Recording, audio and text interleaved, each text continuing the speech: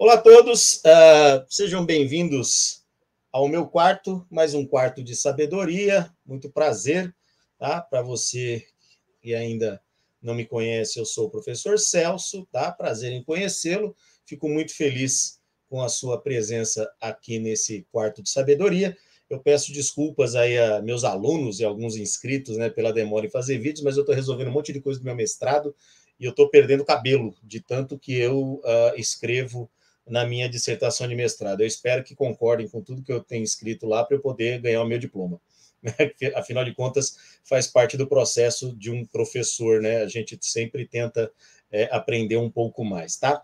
Hoje, no calendário nosso aqui, 3 de outubro de 2023, e a gente vai conversar um pouquinho sobre Primeira República, tá?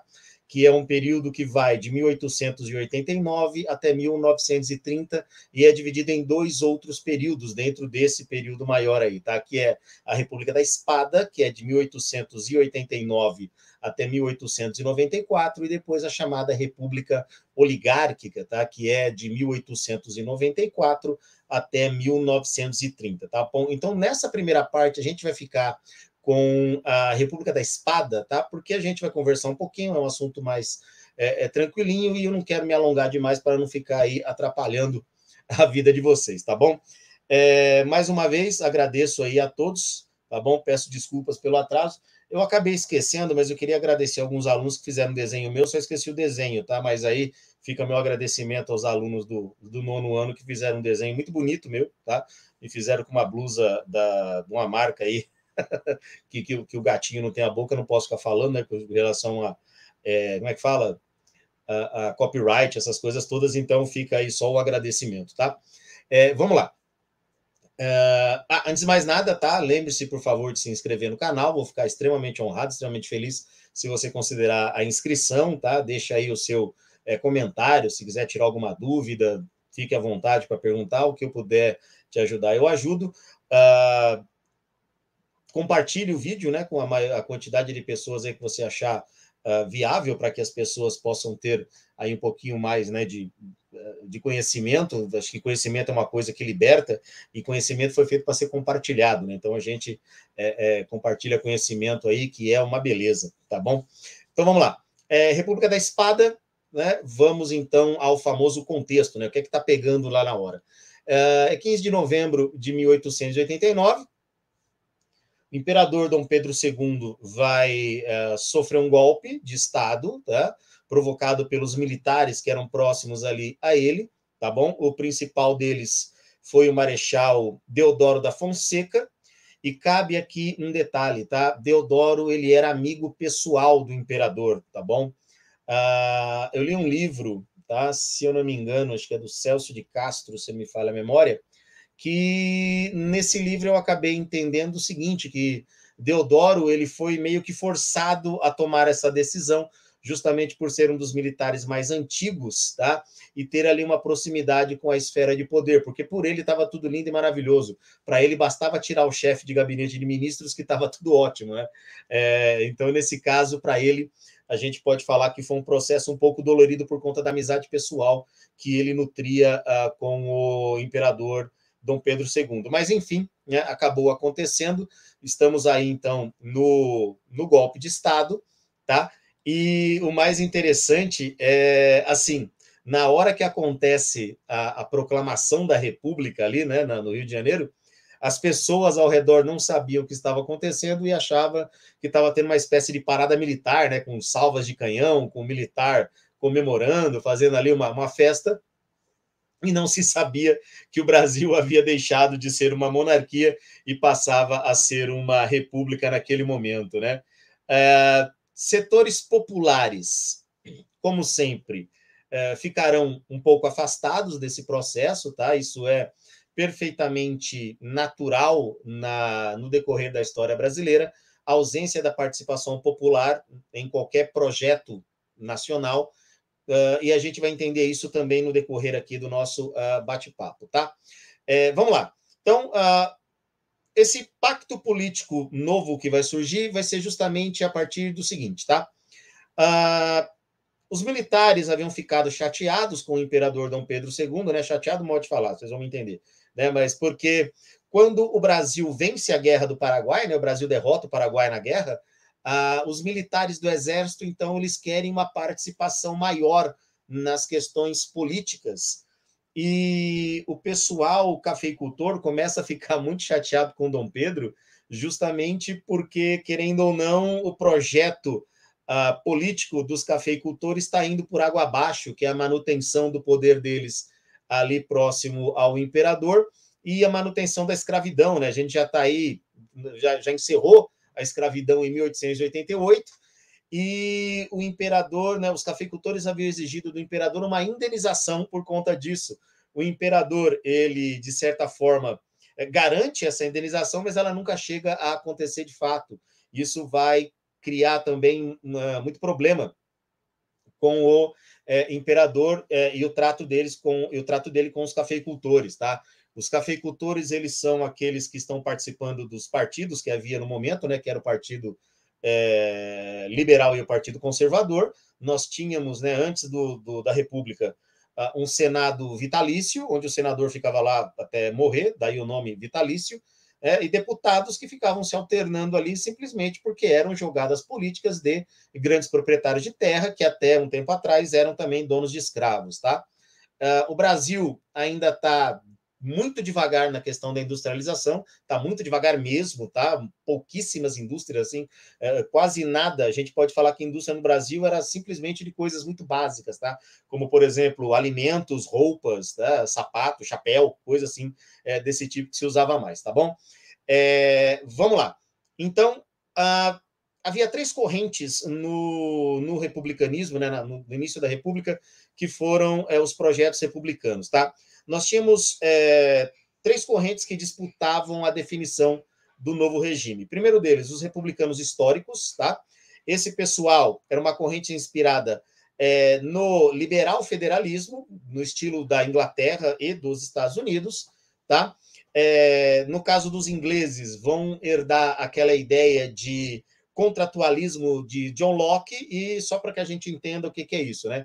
John Locke, ele vai dizer isso lá muito tempo atrás, no século XVIII. Ele vai falar o seguinte: o Estado, ele tem a obrigação de cuidar da população e a população dá ao Estado esse direito de fazer isso sempre pelo bem da população, protegendo principalmente a propriedade privada, tá? Que isso era uma coisa que John Locke ele defendia muito, que era a ideia de propriedade privada. Vai lembrar que ele está falando de uma Inglaterra que ainda tinha ares quase que absolutistas, né? Se bem que havia uma discussão muito longa em monarquias absolutistas na Inglaterra, elas quase sempre deram errado. Algumas funcionaram, mas depois do século XVII a coisa não andou muito bem para monarcas que tentavam ser absolutistas, tá?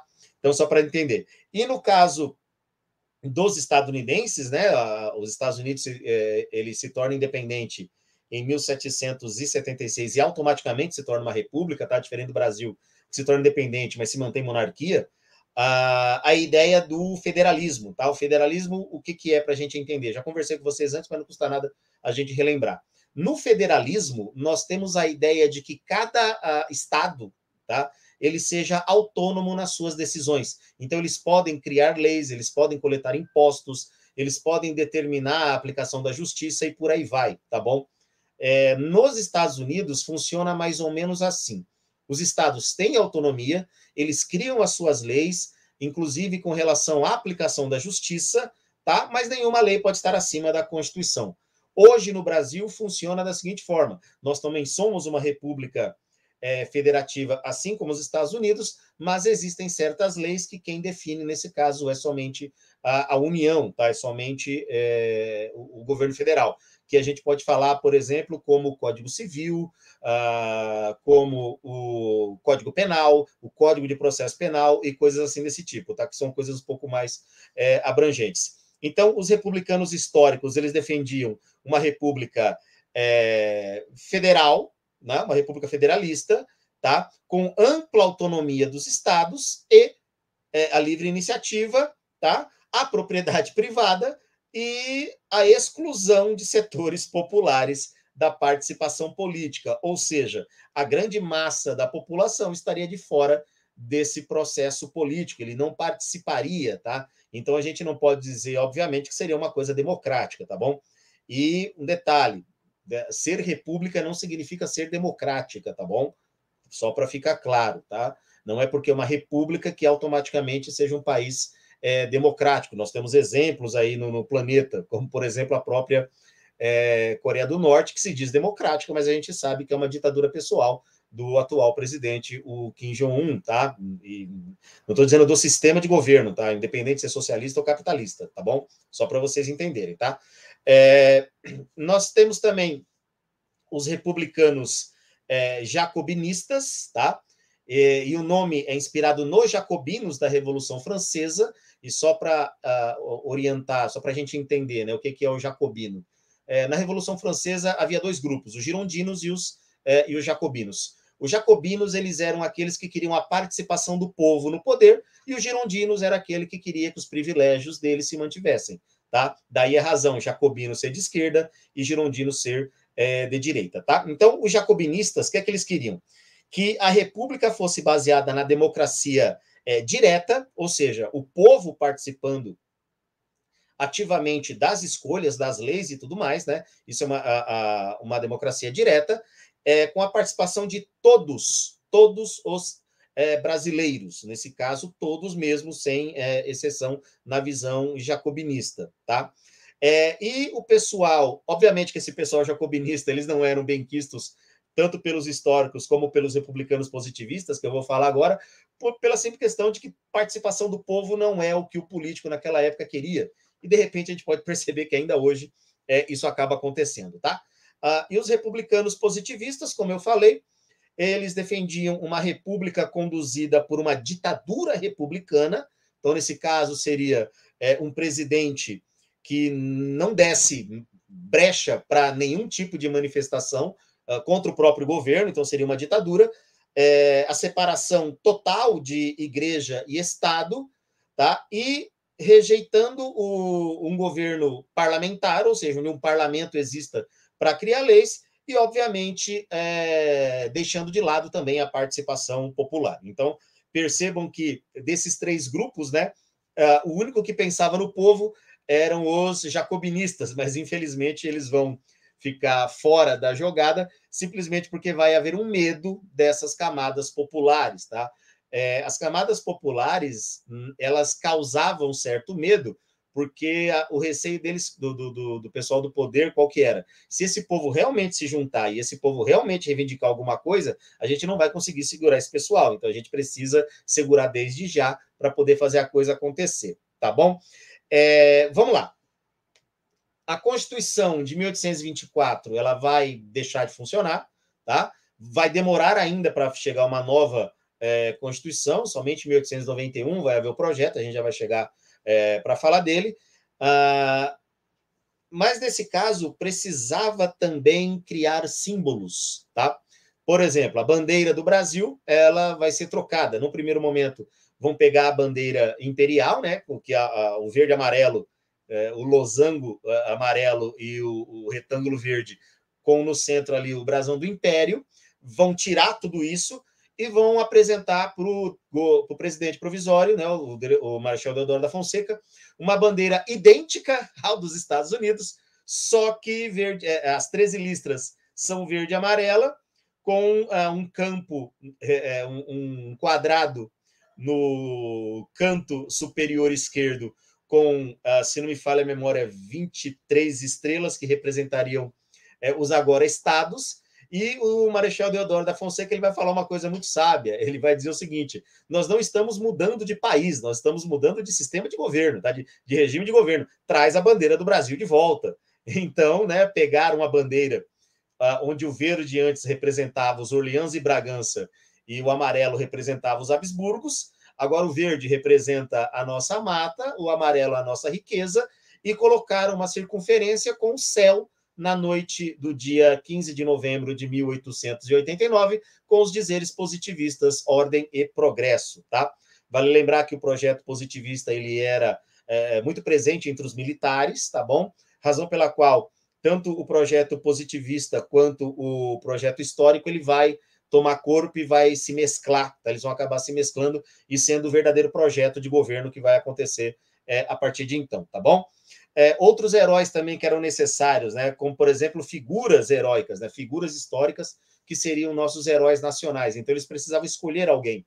Não dava para ser Dom Pedro I, porque, afinal de contas, Dom Pedro I era português. Não dava para ser Dom Pedro II, porque ele acabou de ser mandado embora do Brasil. Então, começaram a pensar, lembraram de um alferes, né, que seria uma espécie de segundo-tenente hoje, o Tiradentes, né, o Joaquim José da Silva Xavier, né, ele foi o único condenado à morte na Conjuração Mineira, tá, por ordem de Dona Maria I, rainha de Portugal na época, tá, em 1792, e pegaram ele como símbolo de libertação nacional, tá? Criaram quadros de Tiradentes, e aí tem o apelo emotivo religioso, pegaram quadros em que ele estava pintado parecendo com Jesus, né, com barba longa, túnica branca, cabelos compridos também. E aí também tem o erro do quadro histórico, tá? Tiradentes estava preso, então preso não tem barba, preso tem o cabelo raspado, tá? Então aí já tem uma falha. Mas, querendo ou não, era necessário criar um herói nacional e os militares pegaram. Vão pegar um militar, vão pegar alguém que lutou contra o opressor português e vamos colocar ele como símbolo.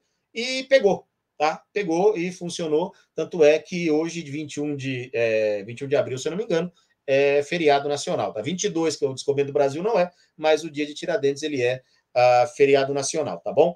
Então vamos para o governo provisório de Deodoro da Fonseca.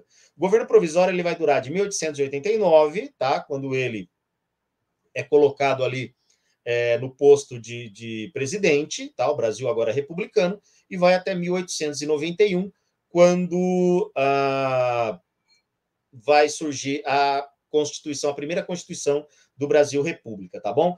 Então, após a queda da monarquia, foi organizado o governo provisório, tá? Sob o comando do Marechal Deodoro, e o decreto número 1, né? O ato jurídico foi justamente o quê? A concentração de poderes, nesse momento, ficava no governo provisório, tá? Que ficou, então, encarregado do quê? De organizar o novo regime até a elaboração da Carta Magna, né? Da nossa Carta Constitucional. Então, o governo provisório, tá? Ele governaria através de decreto-lei, tá? Então, vamos entender o que é o decreto-lei.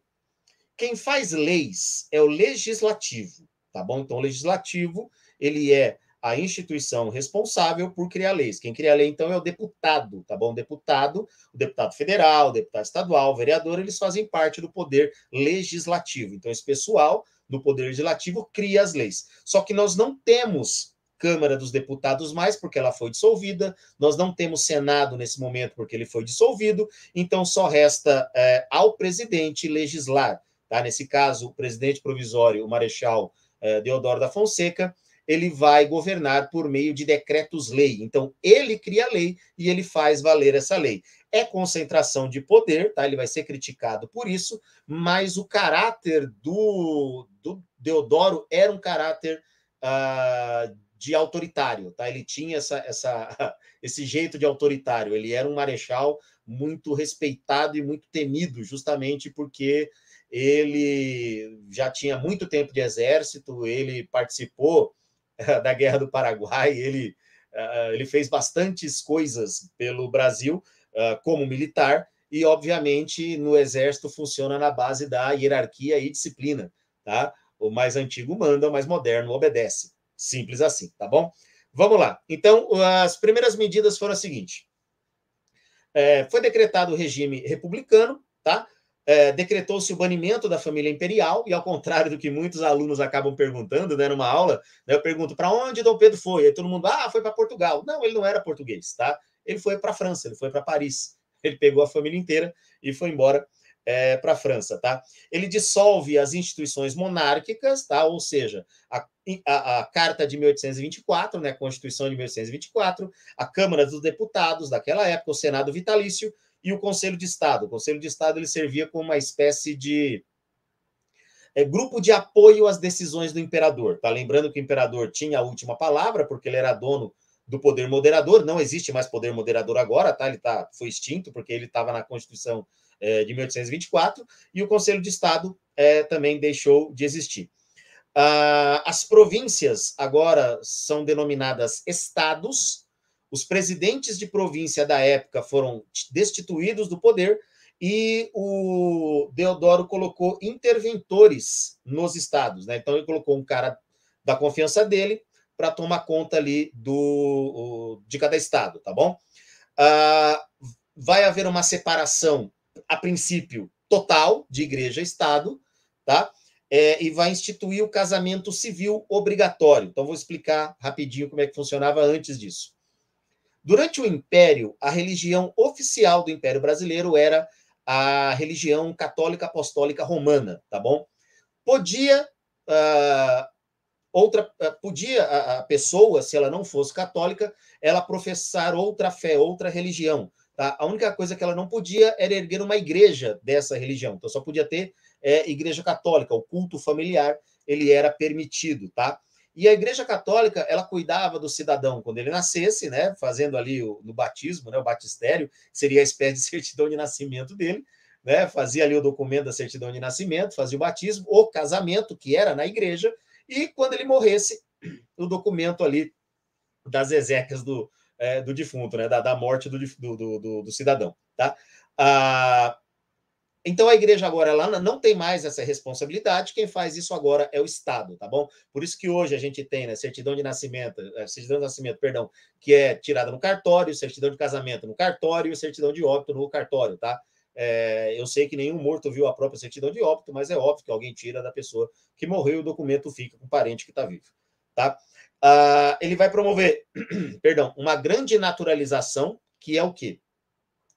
Aquele monte de estrangeiro que tinha no Brasil, eles tiveram direito a receber a cidadania brasileira. De certa forma, é uma boa, tá? Vai garantir alguns direitos, nesse caso, para o novo cidadão brasileiro, que até então ele não conseguiria na época em que o Brasil era apenas o Império. Tem que lembrar, né? Ali durante o Império Brasileiro, vai ter aquela questão de lei de terras, aquela coisa toda, né? O imigrante ele não vai ter muita chance, porque o cafeicultor ele vai tentar comandar tudo, tá bom? Na questão econômica, o que estava pegando naquela época? O Brasil, obviamente, né, muito endividado, principalmente com a Inglaterra. O Deodoro da Fonseca ele vai ter um ministro, que seria o ministro da Economia, né, o ministro da Fazenda, que era um cara muito importante, ele é um cara importante até hoje para o Brasil, que é o Rui Barbosa, né, o famoso Águia de Haia. Né, quando vai ter uma conferência em Haia, ele vai ser convidado lá e o pessoal vai achar que ele é um mero baixinho brasileiro que não sabe falar, né? Se eu não me falha a memória, ele era baiano, tá? E lá em Haia ele dá um banho no pessoal lá, ele praticamente, né? Como diz a criançada, ele amassa todo mundo ali, tá? Mas voltando ao assunto, ele como ministro da Fazenda ele percebeu o seguinte: bom, nós estamos com um problema porque não tem como industrializar o país, esse é um problema, o Brasil não se industrializa porque o povo não tem dinheiro e sem dinheiro o povo não compra, sem ter o que comprar as pessoas não querem fazer, né? As pessoas não querem produzir porque não tem como comprar. Então ele falou assim, bom, se o problema é dinheiro, vamos fazer dinheiro, tá? Então ele chama 4 bancos privados para começar a emitir papel moeda e com a emissão de papel moeda, desculpa, ele vai começar a conferir crédito para as pessoas para que se abram empresas, tá? E querendo ou não, isso garantiria um crescimento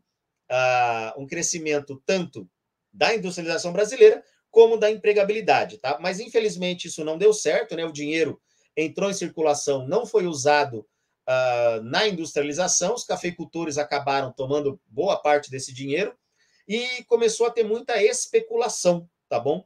E a especulação, a gente sabe que quando há especulação, uma pessoa ganha e outras tantas perdem, tá?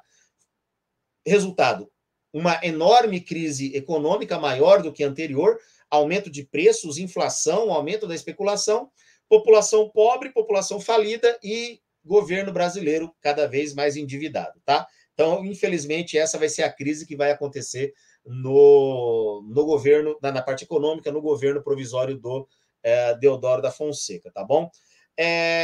Vai haver uma crise, tá, no governo, justamente porque as decisões de Deodoro elas serão extremamente autoritárias, tá? E como não há Câmara, como não há nada ali que resolva as coisas, né? Como ele não tenta fazer nada a respeito disso, e começam a fazer uma pressão para que houvesse uma Constituição. E ele segura, porque ele sabe que ele quer afastar, ele fala assim, eu preciso afastar a oligarquia cafeeira do governo. Era esse o pensamento do Deodoro da Fonseca. Quanto menos cafeicultor acabando com a minha paciência aqui no governo, melhor. Tá? Porém, uma parcela considerada de republicanos civis, obviamente os que são políticos, né, dos estados, eles vão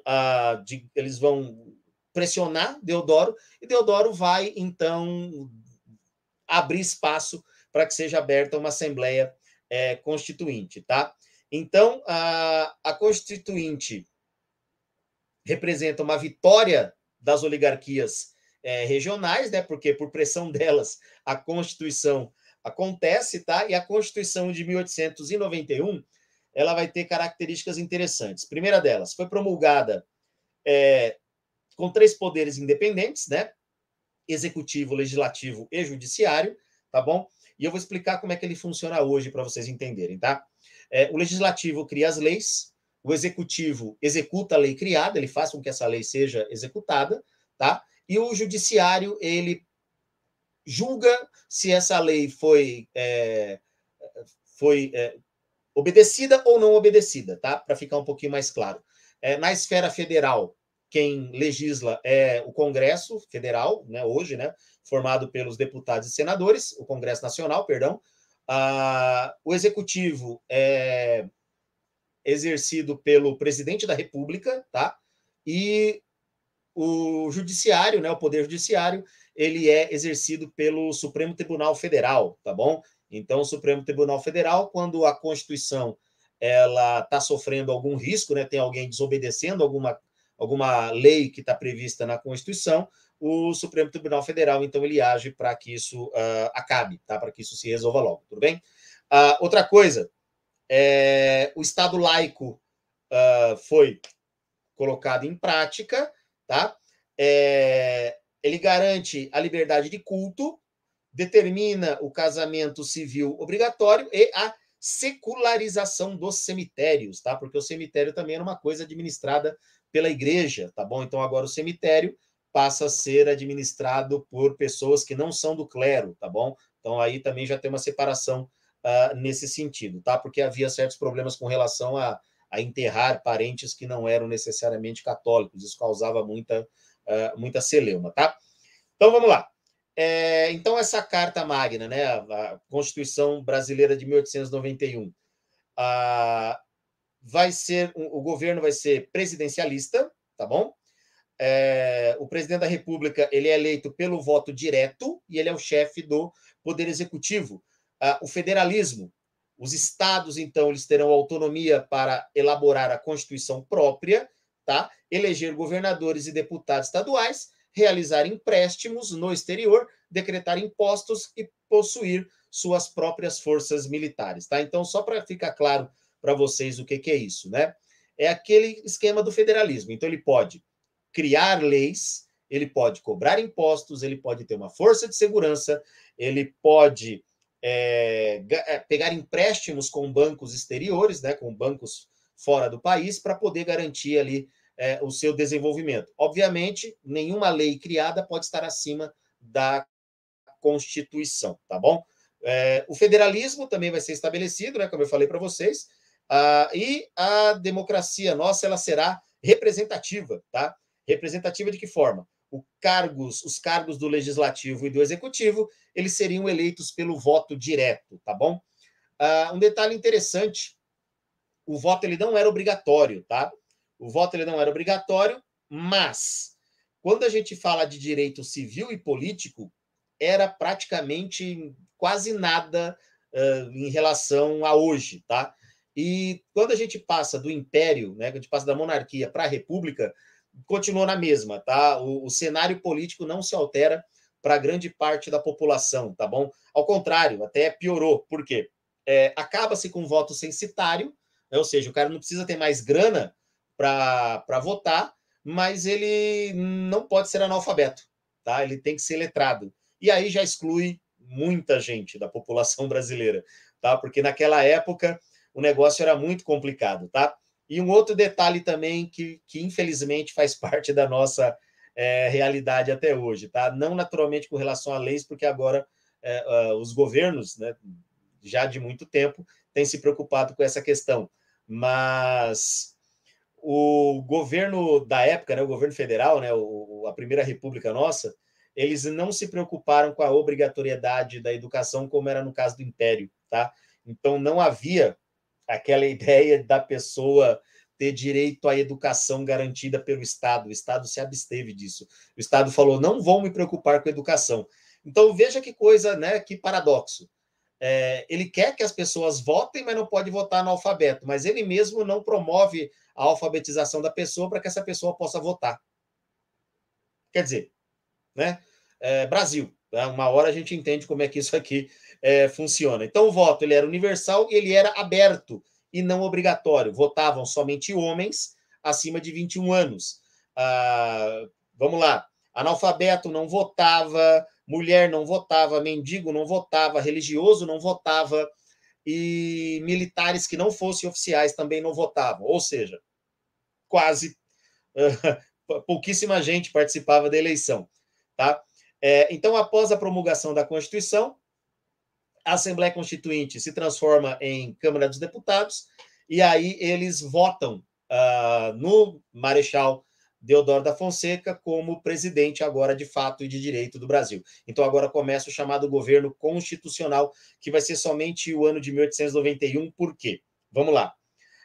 O pessoal da Marinha está chateado, o pessoal cafeicultor está chateado, está todo mundo chateado com o presidente, e o presidente ele fica chateado pelo seguinte: o Congresso vai criar uma lei chamada Lei de Responsabilidade, que, de certa forma, vai cobrar o presidente por alguma coisa errada que ele fizer. Marechal Deodoro da Fonseca, presidente autoritário que era, não vai gostar, ele vai fechar o Congresso e vai decretar estado de sítio. Então já vejam como é que vai ficar a situação. Com medo de que acontecesse uma guerra civil, e alguns historiadores afirmam que realmente poderia ter acontecido isso, né? Haja vista as elites locais começariam a provocar a população contra o presidente. Deodoro, então, resolve renunciar à presidência da República, tá bom? Com a renúncia dele, entra outro marechal, nesse caso, Floriano Peixoto. Só que esse cara, diferente do Deodoro, ele queria ser presidente. Falou: não, eu serei presidente, eu vou tomar conta das coisas. Obviamente, ele não era adepto do que os cafeicultores queriam, tá? Os cafeicultores não reclamaram, porque mesmo não sendo tão amigo dos cafeicultores, ele governa para os cafeicultores, tá? Ele tenta fazer um governo meio populista, tá? Fazendo casas populares, garantindo ali, no caso, derruba cortiço e faz casa popular para a população, tenta dar uma melhorada na vida das pessoas, mas são coisas muito pequenas, não atinge o Brasil todo e não vai dar em nada. Um detalhe interessante: pela Constituição de 1891, se eu não me engano, no artigo 42 dela, se o presidente ele tivesse menos de 2 anos no cargo e ele renunciasse ou fosse impedido de governar, o vice assumiria e convocaria novas eleições. E Floriano não faz isso. Tá? Floriano ele não convoca novas eleições. Quando ele é confrontado por militares, por deputados, por pessoas ali próximos, ele fala: bom, gente,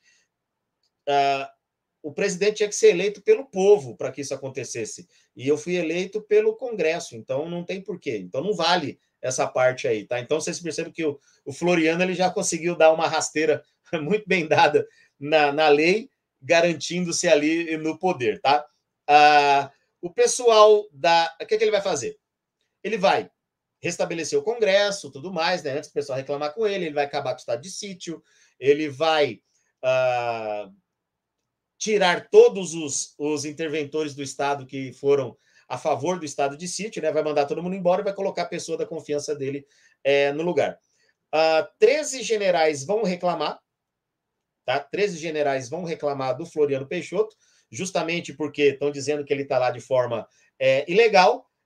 Obviamente, não vai dar certo, né? O Floriano ele vai conseguir apoio para ir contra esses militares e vai deportar os 13 militares lá para a Amazônia. Então, eles estavam no Rio de Janeiro e foram mandados para a Amazônia. Imagina vocês a Amazônia no final do século XIX, tá? Tenta imaginar uma Amazônia no final do século XIX.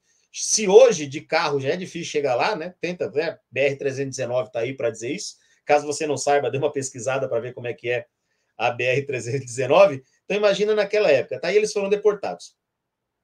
Mais uma vez a Marinha vai confrontar o exército brasileiro, né, na figura do seu presidente, né, o presidente do Brasil sendo um militar do exército, tá? Porque é o seguinte, no Império, tá bom? No Império, a arma preferida era a marinha, tá? Era a arma preferida do imperador. Quando o exército entra no governo, né, com o seu presidente militar, né, com seus dois presidentes militares, a marinha fica meio deixada de lado e vai haver uma espécie de mágoa ali, de ressentimento que vai ser resolvido na base do tiro, tá bom? Que vai ser a revolta da Armada, tá? Em 1893, então, a revolta da Armada vai acontecer quando o almirante Custódio de Melo, ele vai pegar navios da Marinha e vai ameaçar bombardear a capital do Brasil, a cidade do Rio de Janeiro, tá? Porque a intenção dele era bombardear o Rio e tirar o Floriano Peixoto do poder. Então perceba que o Brasil tinha ali 2 anos de república e o bicho já estava pegando, né? O negócio ali já estava feio para tudo quanto era lado, tá? Como eles não conseguiram vencer o Floriano, eles vão na direção de Santa Catarina e o Floriano vai para cima deles com tudo e arrebenta com eles lá na cidade de Nossa Senhora de Desterro, hoje conhecida a cidade de Florianópolis, tá?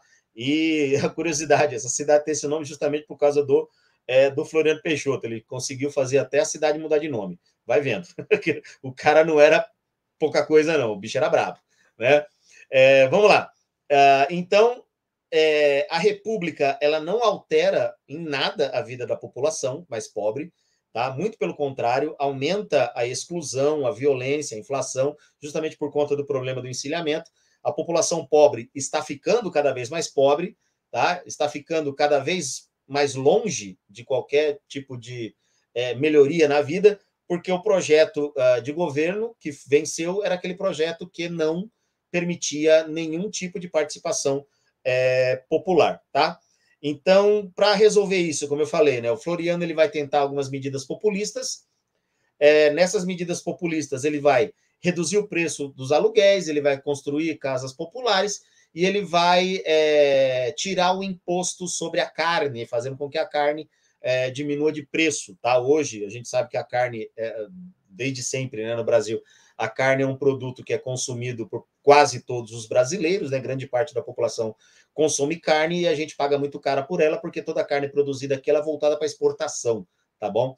Então ele vai fazer isso só para tentar ali resolver a questão.